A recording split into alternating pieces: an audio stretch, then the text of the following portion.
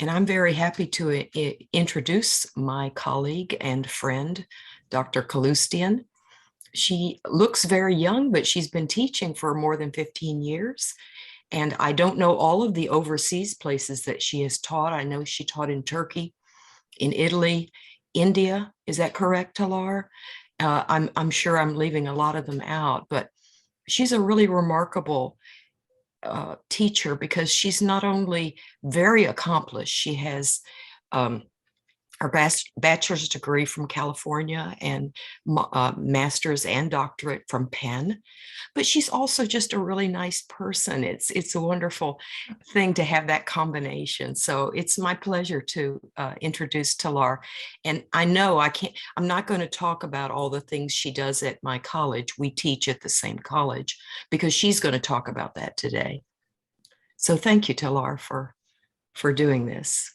Linda, thank you for that most wonderful introduction. I'm so moved and grateful for your kind words.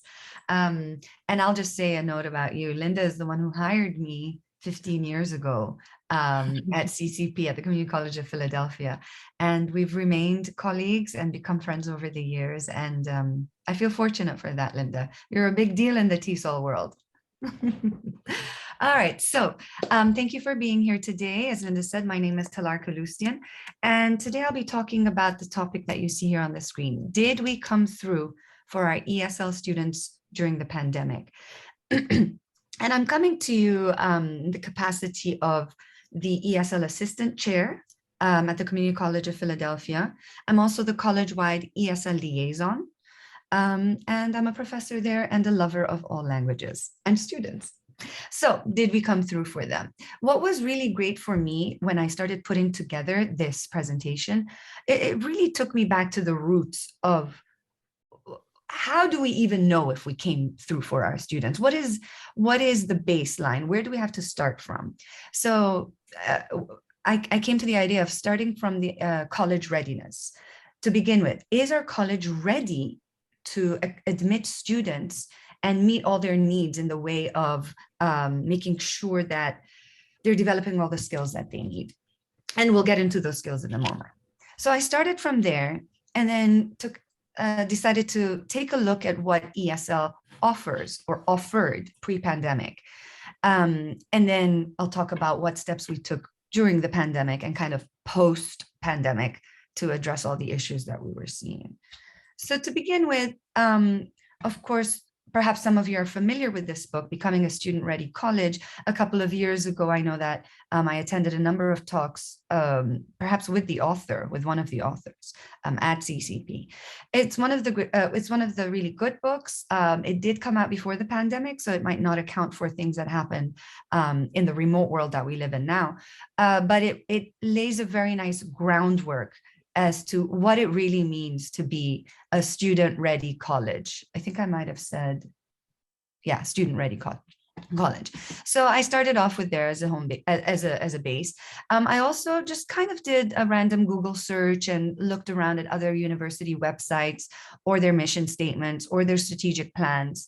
And I also looked at other educational organizations, organizations that aren't necessarily that aren't necessarily universities or colleges, but organizations that are involved in the world of higher ed and actually also K through 12. So this is where I got my ideas of what makes a college ready for its students. Here I thought we'd take a moment, and if you could pop in the chat, what do you think? What makes a student-ready college? So you could either raise your virtual hand. We're a small group here, so maybe you can just speak up, and or you can put your comments in the chat.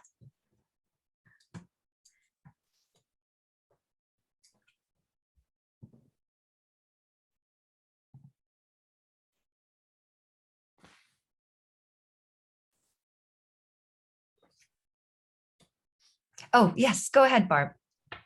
Oh, okay. A student-ready college, I think, is a college that's looking at the overall student, not just academics, but other things like how they're actually going to get from where they are to the college, so transportation issues, food issues, just general life issues that are going to affect students who want to come to college, particularly community colleges. Awesome. Yes, you hit on some very important points, Barb. Thank you. I see in the chat somebody has written a welcoming center. What do you think makes a student-ready college? Something like a welcoming center. I see another comment here. Clear presentation of how to navigate the college system. That is indeed a really, really important piece. Are there any other thoughts? Support services, and I think this ties in nicely to what Barb was saying as well. Support services not only in the academic realm, but also things like food insecurity or transportation issues. Oops, sorry about that. Let me just go back here. You know, Talar, I'm thinking of some other institutions that are much more student ready than our own institution.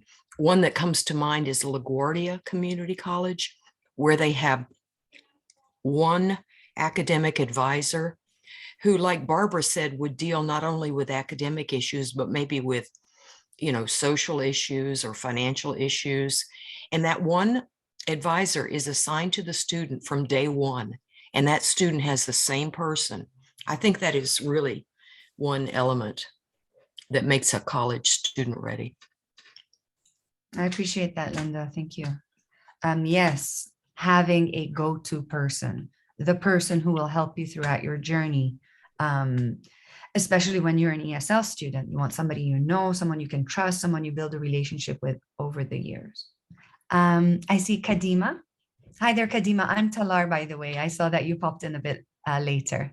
Yeah, sorry that I joined you later, but No? that's okay. Thanks. Nice to meet you. It's So in my opinion, I also believe that college readiness should not be waiting for the last year of high school.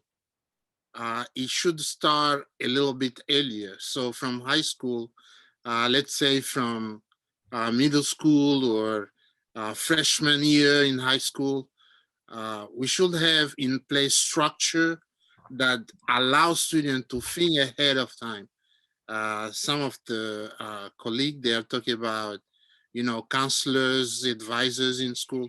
Even teachers in school can help students think about the opportunity they have for, you know, joining community college. So it should be ongoing process, and waiting the last year of high school to prepare student doesn't work at all. We can prepare student from, you know, early on, even elementary school, prepare student to think about college and, you know, stretch that over the years on what they have to learn. It's like a class they take that can make them ready for, you know, higher education. I appreciate that, Kadima. Yes, it does. What makes a college student ready? It doesn't start in college. It starts before that. And in fact, not even in just the last year of high school. We should be preparing our students farther in advance. And that is one of the things that we are working on at CCP as well, the recruitment stage, the prospective student stage. At CCP, we have kind of a dual admissions program. We have a dual admissions program where where high school students can take courses at the same time while they're in high school and at college. So I think maybe you might be speaking to some of these kinds of programs as well, but even before senior year of high school, as you say. I think Barbara also raised her hand. Oh, I thought it was, oh, sorry, Barb. No, that was my hand. It just stayed. I forgot to unraise it. So Oh, I think I've unraised it now. okay. Any other thoughts or comments? Also, I think they need to know or understand how college works and how it is different from school, high school, and also what to expect when they are in college, and that, you know, how they can manage their schedules, like how they can manage their free time, how they can manage their studying time, and how also to be able to be on time and meet the deadlines.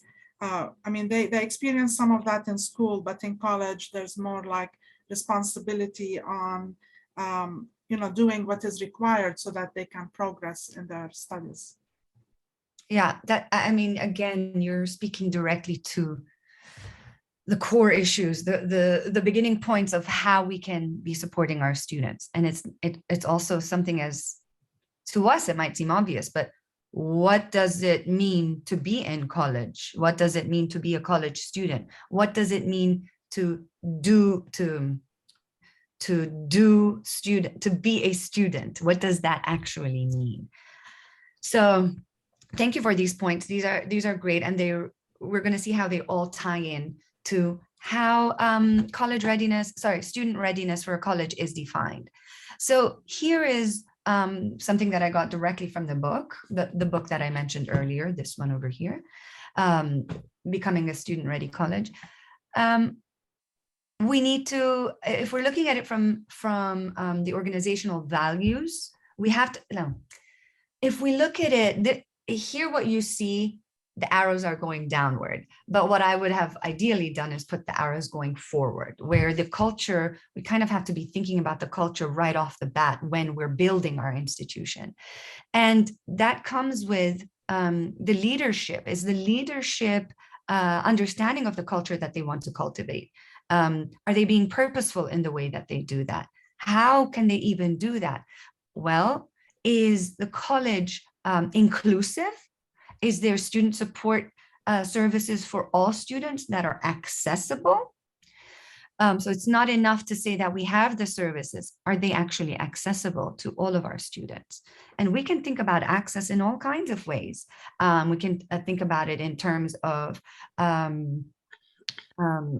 disabilities, for example. Do you have a way to get into a building? Is the language clear? Are instructions clear? Are the support services reaching out to students? Are they accessible? That's a huge deal. Building student readiness through effective partnerships. Are we in fact looking at the student as a whole? And I think this really speaks to Kadima's point earlier. Like, we want to build partnerships with our community members in order to be able to give our students services such as, let's say, bus tokens or food stamps or diaper exchange. So we're looking beyond just the student. And also, really, I thought this was very powerful, demonstrating a belief in the students, recognizing that the students are here to learn and we must meet them where they're at. So there's a real equity component here. Another definition that I saw, another explication of what it means to be a student-ready college is written out here in the box. I'll give you a moment to read through it.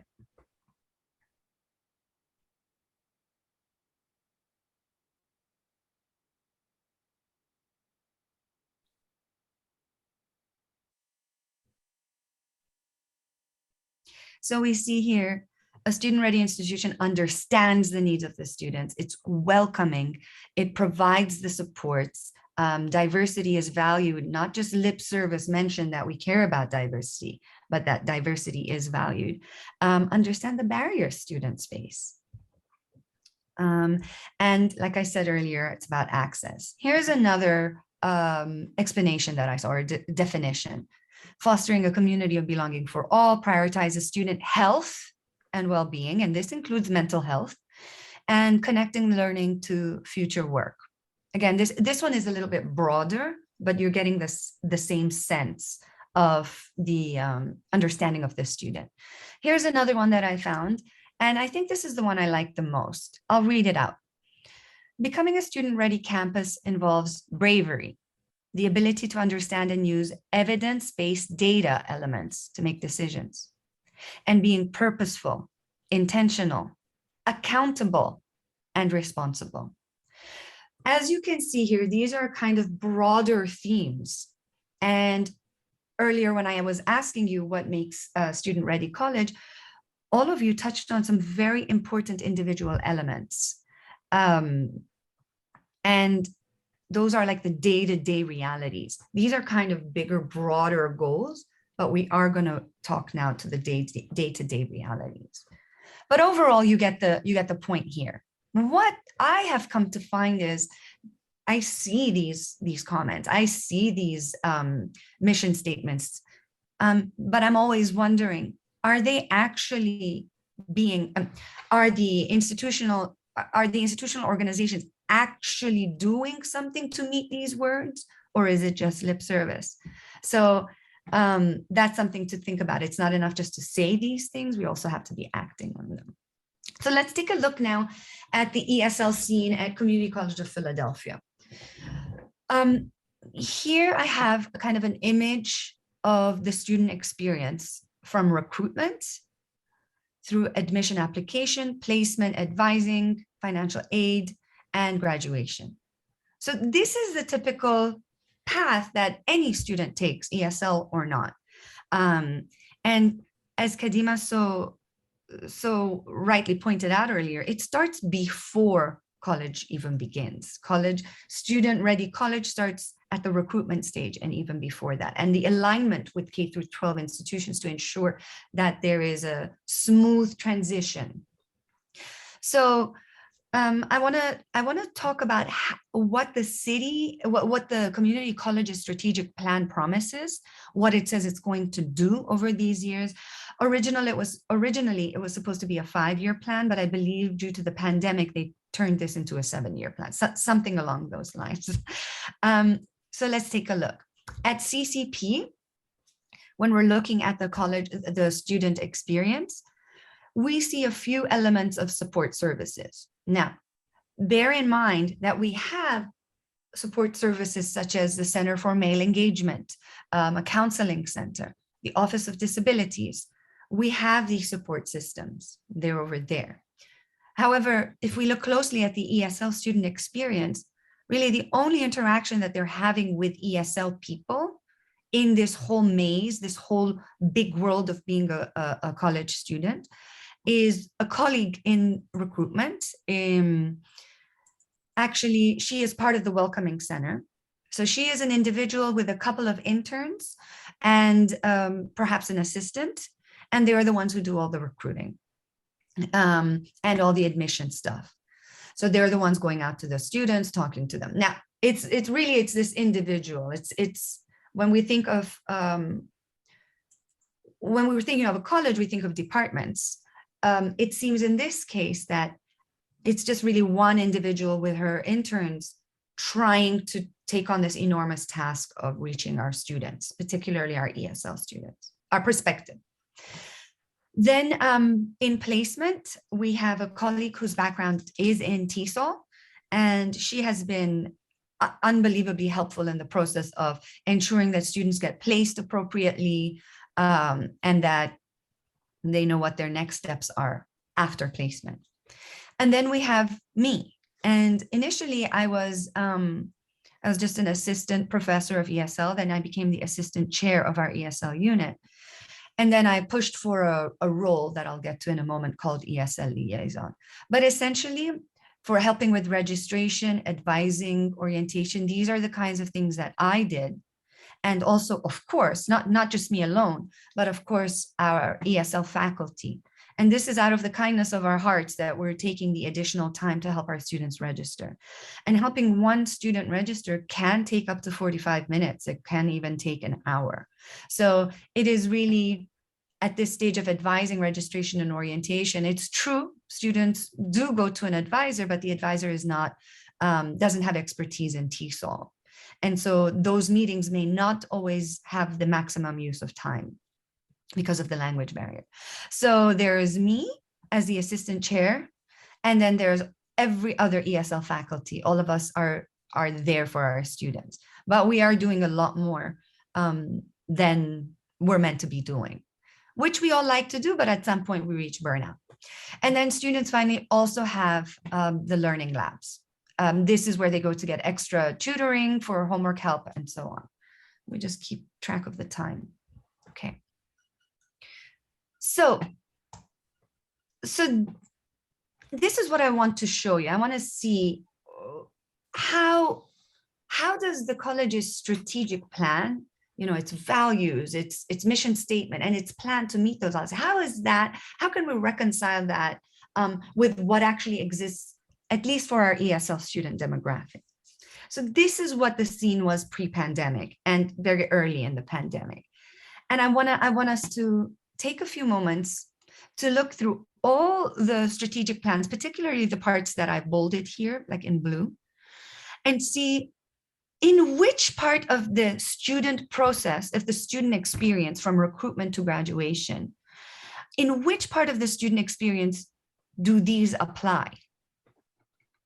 So for example, here, one of the college's strategic plans in the category of the student experience, and then we'll see later on, there's also the workforce readiness experience. And then there are a few more. So in the student experience, where do these things fit? Here we have redesigned intake and onboarding process. Here we have learning techniques inside and outside the classroom. Here we have increased academic and student development opportunities in the form of extracurriculars and service learning and so on. Where do our ESL students get these experiences? Their redesigned intake and onboarding process. We don't have a good one here. We still don't actually have a clear one. Not even online where there's a clear process that's laid out. There isn't. Inside and outside the classroom, the student experience. What are we doing with the student experience here? Outside of the academics and outside of the financial aid burdens, what are we doing for them in terms of their extracurriculars? Granted, during the pandemic, this is hard. And increased opportunities for our students. Sure, at CCP, we have tons of clubs and organizations. Are they accessible though? Are we creating a pathway for our students to be able to access those activities, which really constitutes such an important part of the student experience, the non-academic stuff? So we can see already that our strategic plan has a lot of, there's no shortage of work to be done in terms of regarding our ESL students. Let's take a look here. Workforce development, readiness, and economic innovation. We need to be a leading provider of our workforce and economic development. Well, our students speak multiple languages. There's so much we can do for them. And yet they're not necessarily having access to the opportunities where they can interact in real world spaces. And that's because of their language barrier. I'll move on through these a little quicker. Let's look at external and internal community relations, something as simple as develop and communicate an enhanced college brand identity. We have Rory, our college mascot. Our Rory is one of the first college mascots to be non-binary. I think it would be a fabulous idea for Rory to be Rory is a trailblazer in the LGBTQX community plus community. Why not make Rory a trailblazer also in the form of being a multilingual school mascot? We can rebrand our identity in a way where we have Rory inviting students to apply to CCP in different languages. We can plaster them on buses, something as simple as that, because our students are lacking an identity of belonging. They say they go to CCP, but are they really feeling like they are CCP students? Are we doing enough for them? Let's keep going. World-class facilities, enhance the student experience beyond the classroom. Again, we get into the idea of engagement, student clubs, activities, ensuring that our facilities are equitable. So I actually forgot to do something over here. These go into the student experience. Here, enhanced college brand identity, educational pipeline. These, I could say, go into recruitment and admission, and also maybe in the student experience. Here, world-class facilities. Again, we're speaking to the student experience and equitable facilities all throughout. Do we have equitable facilities in the recruitment, in the admission, in the placement phases? Do we have an equitable accommodate disperse Do we have can someone help me out here, an equitable field, a field at every phase of the student experience? And what we're going to see here is that the big deal here is language, clearly. Again, we get the idea. The strategic plan that we have that was starting pre-pandemic, we didn't have a very strong base to begin with to meet our student needs as they go through their experience, and particularly our ESL students. It's heartening to see these strategic plan points, the directions that the college is going to go in to ensure that all our students are being included in these considerations. So it is very heartening, and we're working on it. So what was great is during the pandemic, we really came face to face with these obstacles, with these barriers. We had students falling through the cracks, students being placed in the wrong courses. We got to see all the cracks and gaps. We saw them up close, and there were a lot of them. So what we did during the pandemic is we developed a few more sources or processes. We created almost immediately a Canvas page, an ESL Canvas page. It's open, outward facing. You don't need a username or a password. And I'd like to just briefly show you what that entailed. Oh, I'm not sharing my screen, am I? I mean, I'm sharing the wrong screen. Hang on.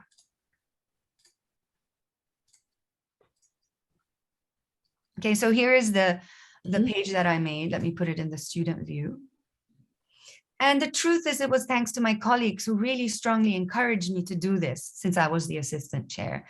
And fortunately, there was already a page that was very quickly developed. It was a project of love that someone did to help all our students who were kind of left in the lurch in the face of the pandemic. So a resource page was made for all students. But what I did was, thanks to my colleagues, I got a new shell. I copied a lot of the materials, but I turned them into ESL friendly, accessible materials. I made a welcome video here. And then you will see there are announcements for students. There's important information about the academic course sequence, for example. Frequently asked questions about courses. Okay, all in pretty accessible language. Our grades, how do I check our grades? How do we move around Canvas? How do we participate in our courses? Learning labs, let's see, let's click on one of these. And by the way, a lot of these modules I added. I mostly took from the Canvas, participating in your Canvas courses, but like this is the kind of thing. Just easy, clickable information, because if we try to do it on our website, it's confusing. It's way too confusing. Okay. I even added a module on FAFSA because students always have questions about these. And I think this is helpful for professors as well. And about our free resources for students. What is single stop? This is the stuff that we were referring to earlier. These are resources that can help students with their taxes, get free legal advice, food packs. So this page that I made is basically, we've got all the info. It's just not accessible to students, one, because it's the language is so heavy usually and on the CCP website, but also because we have everything in one place. Okay. And frankly, I think if we bring in a new ESL professor, the first thing I would do is ask them to read through this page. It's kind of a great intro for professors as well, but it's really most helpful for students. So you can see all the added work that has gone into ensuring that our students have accessible language, to know what their resources are. Okay, I'll go back to this now. So that was something we did during the pandemic. We created this Canvas page. And it's an ongoing, it's a work in progress always. We're going to add a Meet Your Professors module, which should have been the first thing we added, but we're getting there. Then I'll talk about the speaking placement. Since everything was remote, we have an AccuPlacer placement software or process. But a lot of our students don't have laptops. And if they do, they might just be Chromebooks. And we can give out laptops to our students, but at the time, we weren't quite on top of that. Chromebooks are unable to run the AccuPlace or placement test. So we had to figure out a way fast to place these students accurately, at least in the listening speaking components. So we implemented a listening speaking placement exam, which surprisingly we didn't already have in place. This lasted for just 1 or 2 semesters, unfortunately. It was too cumbersome. But by that point, we already had, we had a better setup at the college where students could get laptops that would be able to run that software. But perhaps the most important thing, I think, is that we finally had a receptive audience to the need for an ESL point person. This is similar to what Linda was saying, although this role is a bit more expanded. It's not just for advising, or it's really kind of the go-to person for everything ESL, both for the students and the rest of the college community. And I want to show you what it took to create this position. I'm not going to have you read all of it, but let me just show you the main headings. We need somebody to maintain online resources, someone to disseminate information. Okay, for example, application and admission to CCP. We don't have that clearly laid out. I have a need here that I've really outlined. But basically, this person will manage, will be working with the website people to ensure that all these processes of admission are easy to find, are clear to see, are visually appealing.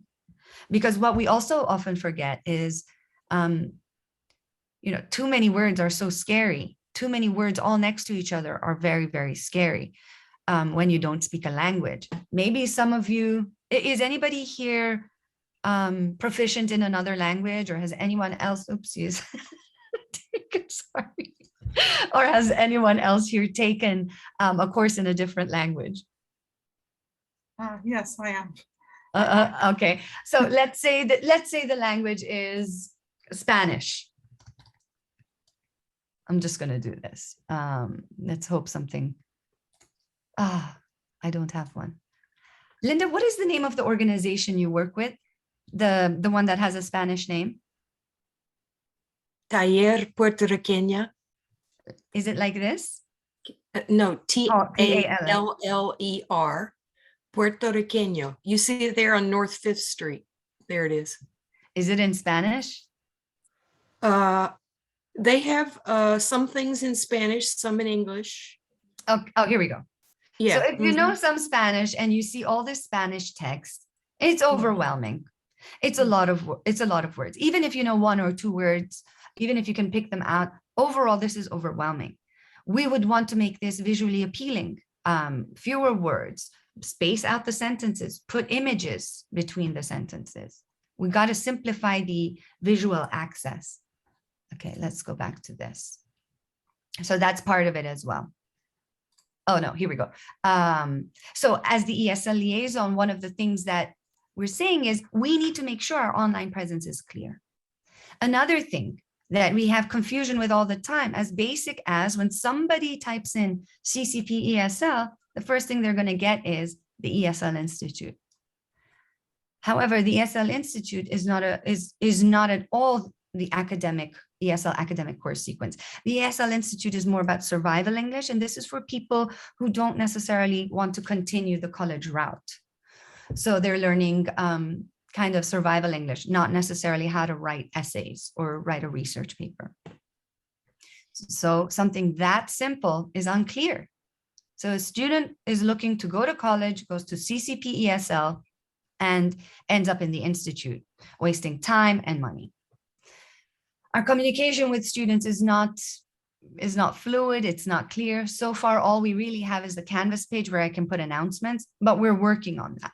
So something as simple as having a tag, an identifier mark for our ESL students.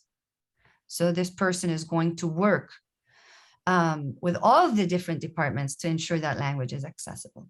Data tracking and reporting. we can't make any change at the college for our ESL students unless we have data. Liaising with departments across the college, building relationships instead of working in silos, building relationships across the college.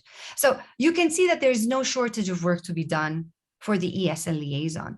And it took this much effort, multiple meetings with our chair, our assistant dean, another dean in another department, ESL, the student support services.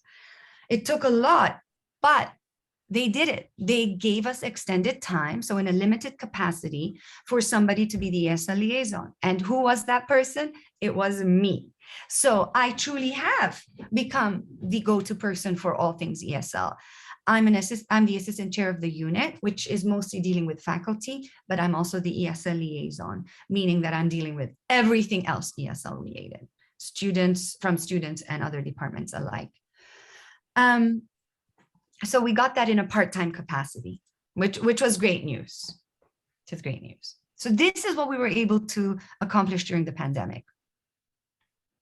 Now, more recently during the pandemic, I'm calling it post because this really only happened in the last 1 or 2 semesters.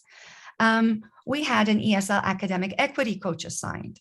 This we had to fight for, but basically it's the college's mission and effort to reduce the equity gaps, to understand why do these gaps occur in the first place and what can we do to mitigate them, make them smaller gaps, or just erase the gaps entirely. So we had one for the English department, one for communications, and then we fought to have one specifically for, and then developmental English had one, and we fought to have one for ESL. Which is really important. We need to see if what's happening with our ESL students is reflective of what's happening at the college at large. If our ESL students need the same support services to fill in the equity gaps as we are doing for the other college students that have these equity coaches. I hope that makes sense, what the equity coaches are supposed to be doing or what their roles are. We are to have increased collaboration with the Learning Lab because they just brought in a full-time person who will be kind of organizing all the Learning Lab stuff. Now, the Learning Lab is basically a tutoring center. And we have all subjects. We have tutoring for math, accounting, Italian, but then we also have ESL, and that's a big part of the Learning Lab, the ESL portion. So now we have our full-time person, because a couple people dropped off during the pandemic because we turned remote, and those people were already close to retirement age, retirement stage, so they decided to retire a bit early. That's why we were left with only a bunch of part-timers. Now we have our full-timers. We have this full-timer. And we have a full-time ESL support services coordinator. So I was the ESL liaison. Now I am not going to be doing that for much longer, and we're going to have a full-time person doing it. We've made great gains, clearly, but there are bigger issues at play here, and that is that we are all siloed.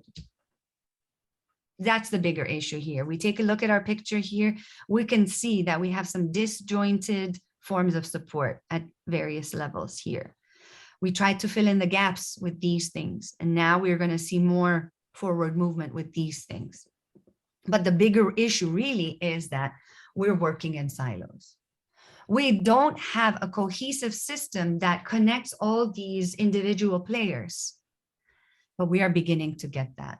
Okay, so we're trying to enforce cohesion on something, but hopefully with the new role of the ESL student support services coordinator, hopefully we're going to be able to fill in these gaps, not in an enforced way from the top down, but more from a bottom up approach, where we're making relationships with stakeholders at all levels of the student experience. So getting the buy-in from the faculty as well.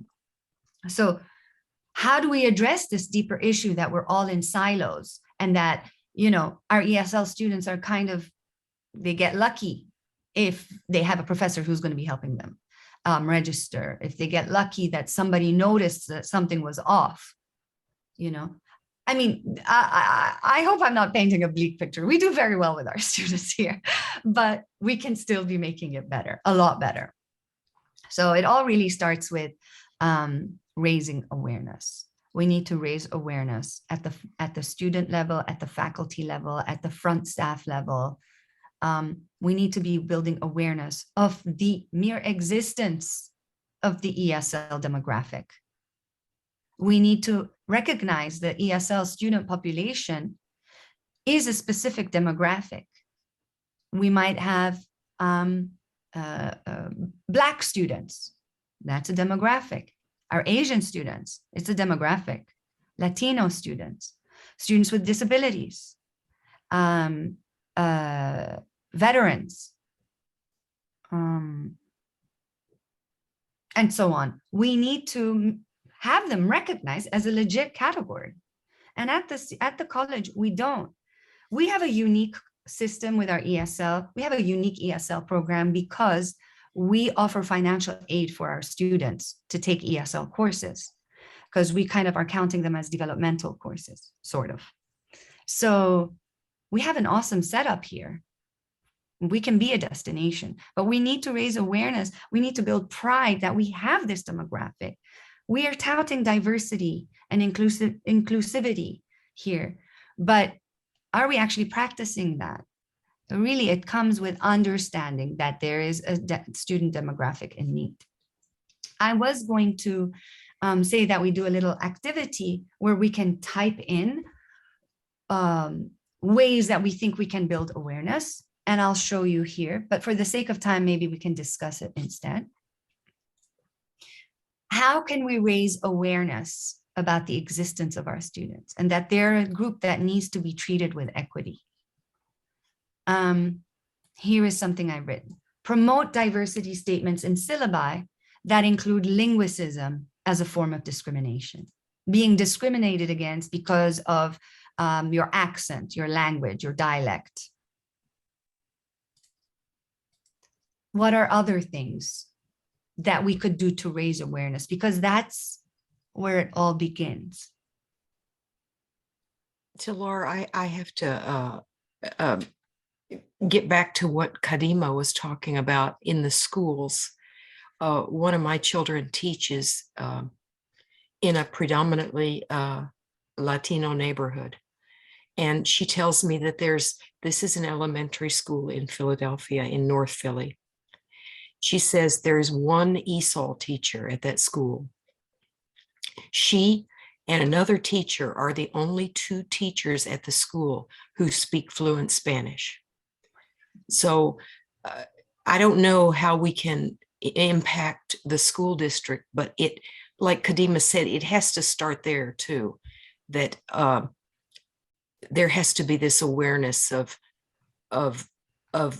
building a path for ESL students that starts from the beginning. They need support, you know, like Kadima said, even in the elementary schools. I don't know how to write all that down in a short way, but what, maybe more ESL hires? Yeah.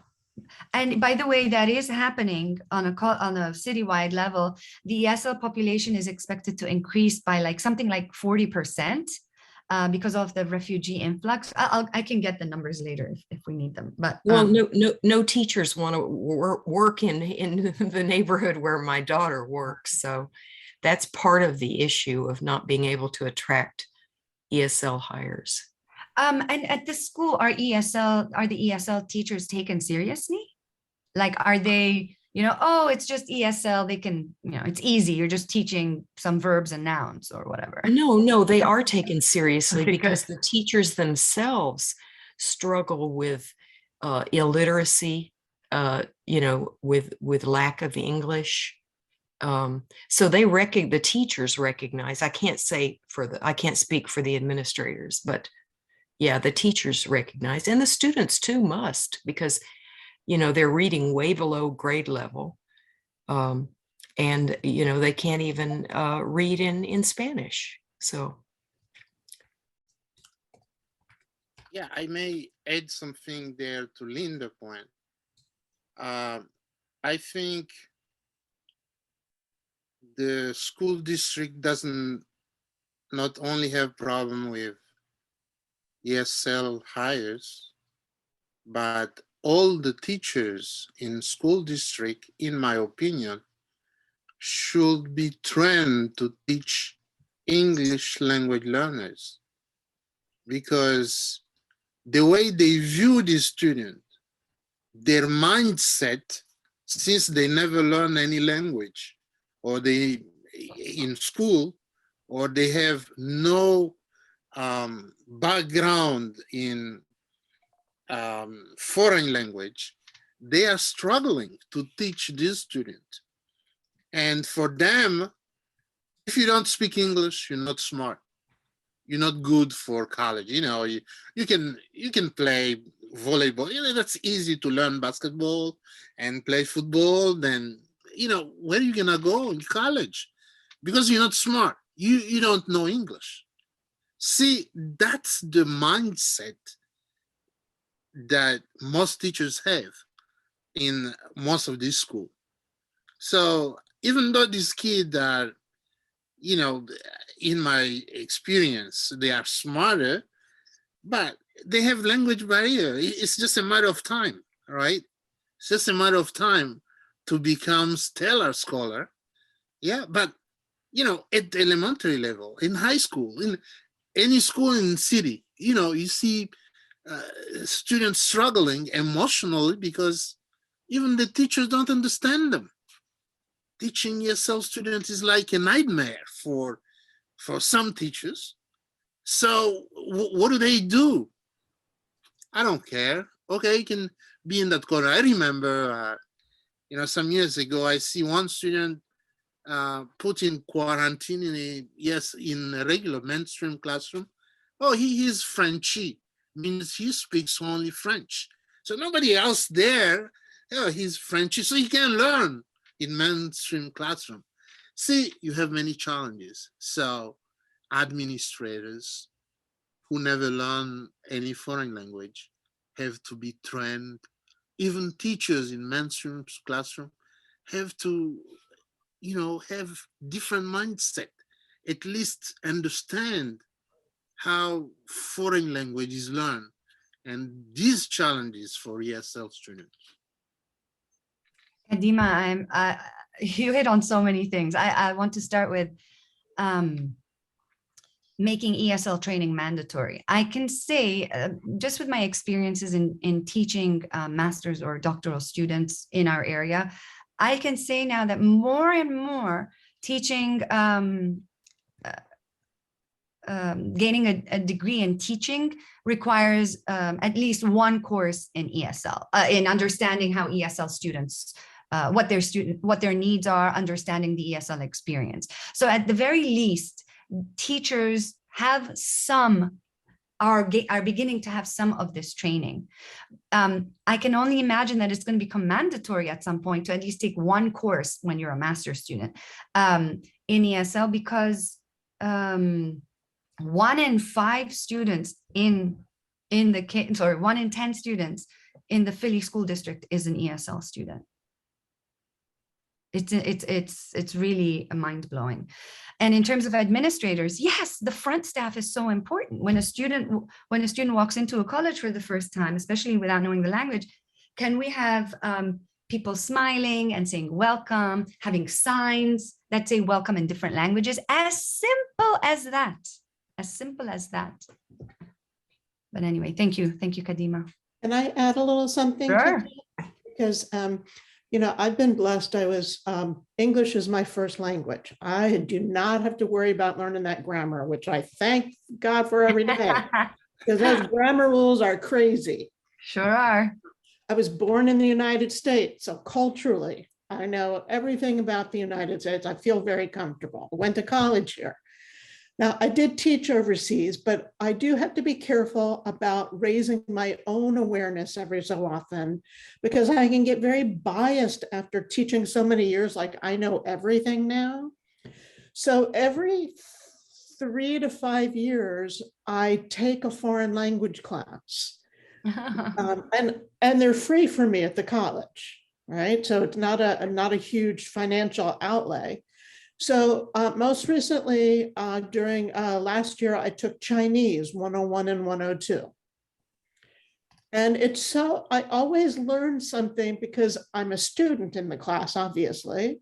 And I find myself saying, oh gosh, I got to do this homework. It's so boring. Why am I repeating this? And I'm thinking, oh, but I asked my students to do the same thing.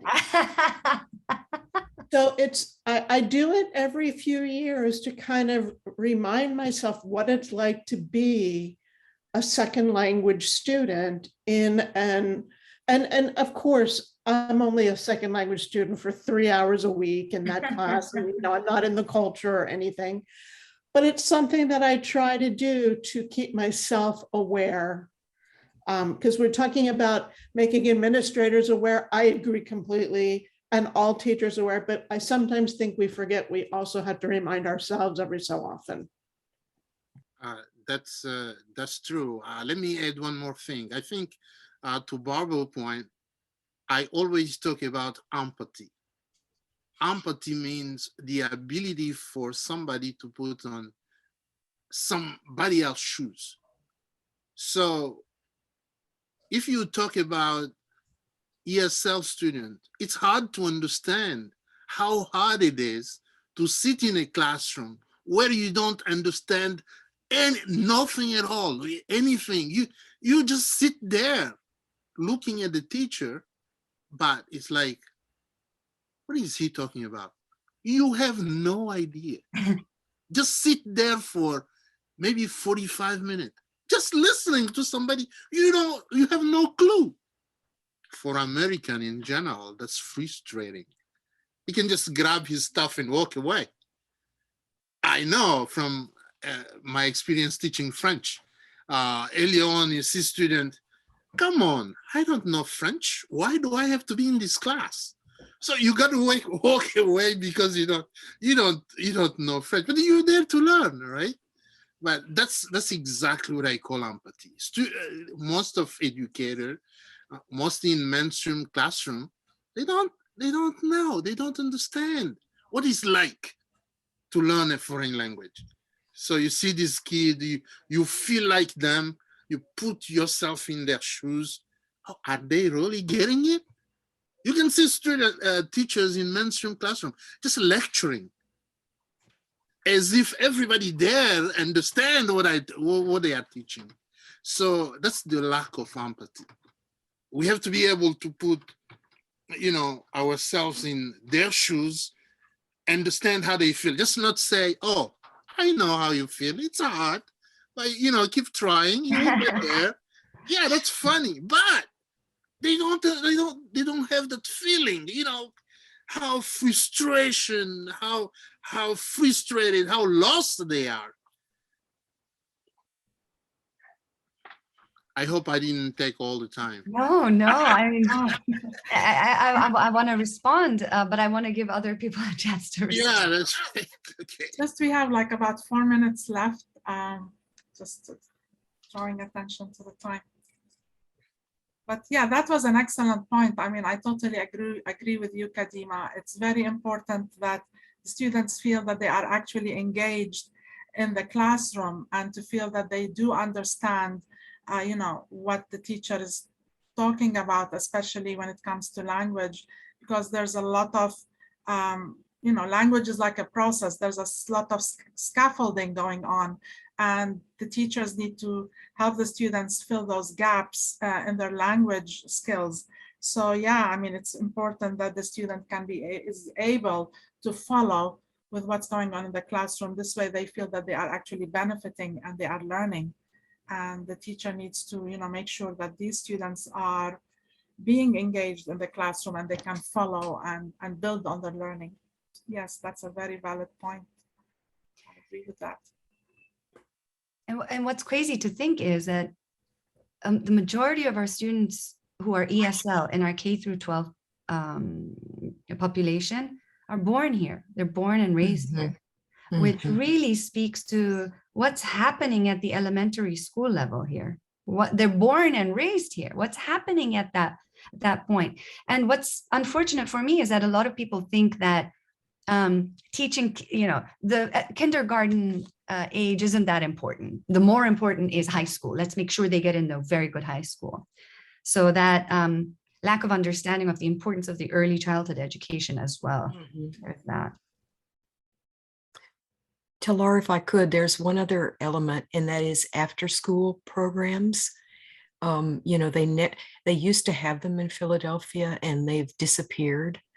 And in place of them, for example, I know there's the Cambodian Association that offers, you know, tutoring in Khmer and English, and at Taller Puertorriqueño, where I've been associated, they offer free after-school support. So I would like to see us either connect with these, you know, community organizations, or try to lobby for the school district to return to having after-school programs. Thank you, Linda. Yes.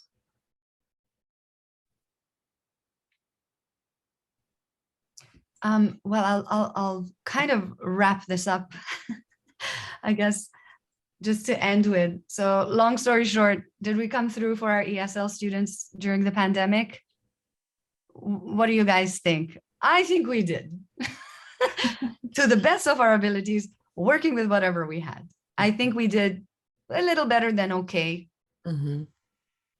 And well, I guess that's it. I really am appreciative of all your comments and your thoughtful comments and questions as well. And I'll be available if anybody would like to contact me. I'm available by email. And yeah, thank you for taking your Saturday morning to be here with me on this Zoom. And I hope everybody has a lovely rest of the weekend. Thank you, Talar. Thank you so all. much. Thanks. Thank you, Talar, for joining us for TESOL Narratives on this Saturday morning. And we have learned a lot. Thank you for your presentation. It's a lot of food for thought, and we do appreciate it a lot. I was wondering about the slides for the presentation, if we could have, if it's possible to have a copy of those Sure. slides. Yes, I'll go ahead and send them to you. that's wonderful. Thank you so much. So I'll be stopping the recording at this point, and